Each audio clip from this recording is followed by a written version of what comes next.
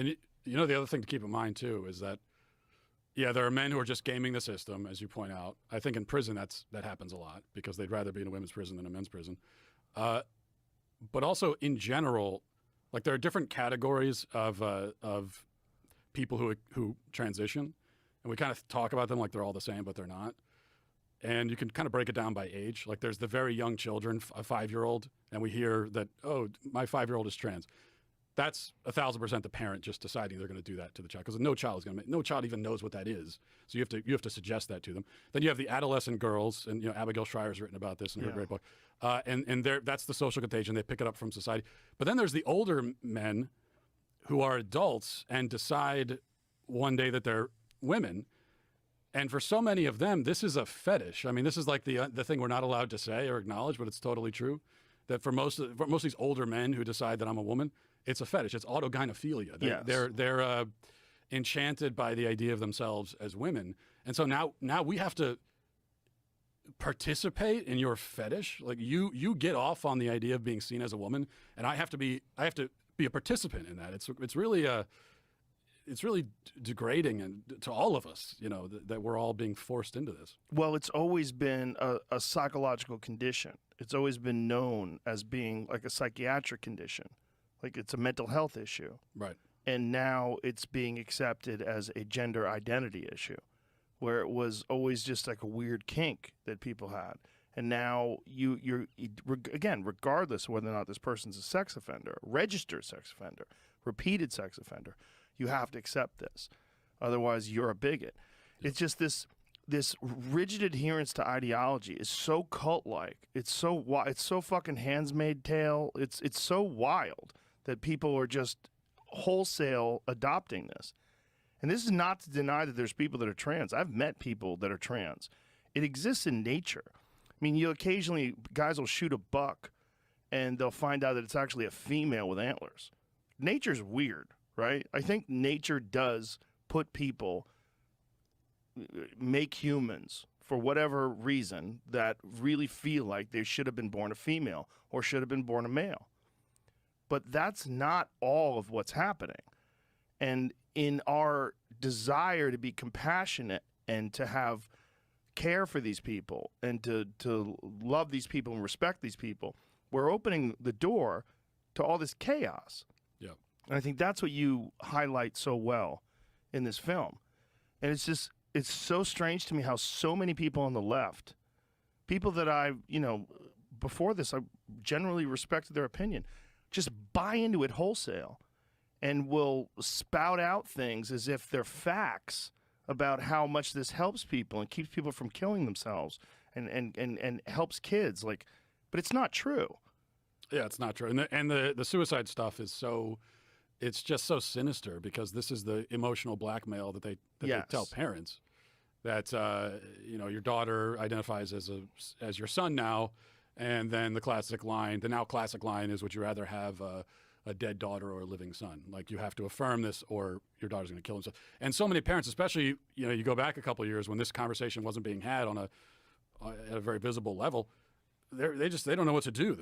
They're panicked, and they've just been told by a mental health provider who they trust that if they don't go along with their child's delusion, that their child's going to commit suicide. So I can understand when you're told that you're going to kind of panic, but it's not true.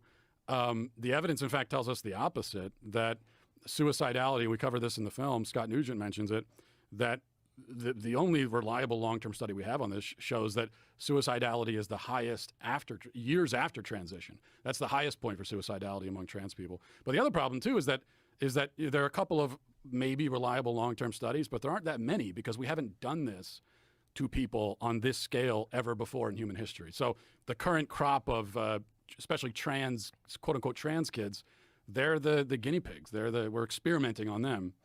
And they're making a lot of, the healthcare providers are making a lot of promises about how this is going to turn out when they can't possibly know this because we've never done it before.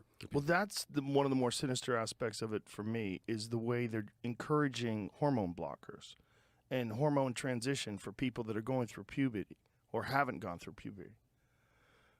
We don't have any long-term studies on this, and now they're finding that these hormone blockers aren't innocuous and that they cause a lot of health problems. and they're saying this now out in the open, when people have been for years, the last few years, promoting this as if it's a pause button. And it's just absurd, because that's not how human biology works. No. I think there's a lot of what they claim. Intuitively, it doesn't make any sense. It defies common sense, even before you look at the data. And then you look at the data and you realize that, it doesn't make any sense. But even before that, you can't, what's being claimed? That you can kind of put a child in a state of suspended animation where they're kind of lingering on pause. That's not how the human body works. What you can do is try to suppress the human body's normal natural functions. But when you do that, it's a trade-off. There are consequences. There are always consequences. That's how nature works. And we also know that what are the drugs they use? Like Lupron is a drug they use as a puberty blocker. And it's just a fact that this drug, number one, to begin with, is a cancer drug, originally for older men who have prostate cancer. And they've also used it to chemically castrate sex offenders. I think in Georgia, they've used it for that purpose. So it's an actual chemical castration drug used off-label for, 10-year-old or 11-year-old, 12-year-old kids. With no long-term data. Right. And because there can't be. They're promoting it as this is the silver bullet. This is going to fix you. Right. This is the thing that's going to fix all your ails. And the other thing they do is they say that, well, we don't, as this conversation has grown about actual surgery for children, which is happening all across the country, but what they always say is that, well, that's not, that's not really what's happening, especially younger kids. It's puberty blockers, not surgery. And yeah, it might be true that they're not performing actual surgeries on 12-year-olds at this point. At least that's not a common practice. But what they don't tell you is that once you put the kid on this conveyor belt, they're going to probably stay on it all the way to the surgery. You've put them in the system. You've put them on. It is like a conveyor belt system, and they're most likely not going to jump off. You start with the puberty blockers. In almost every case, it's going to lead to to hormone therapy, and then in a great many cases, they go from there to surgery. And the other thing too is that as they're going along with these drugs, you are taking away, you're sterilizing them. You're oftentimes permanently taking away their future fertility.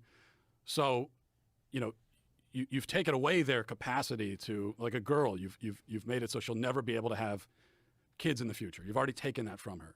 She has given it up before she even could know what she's even given up.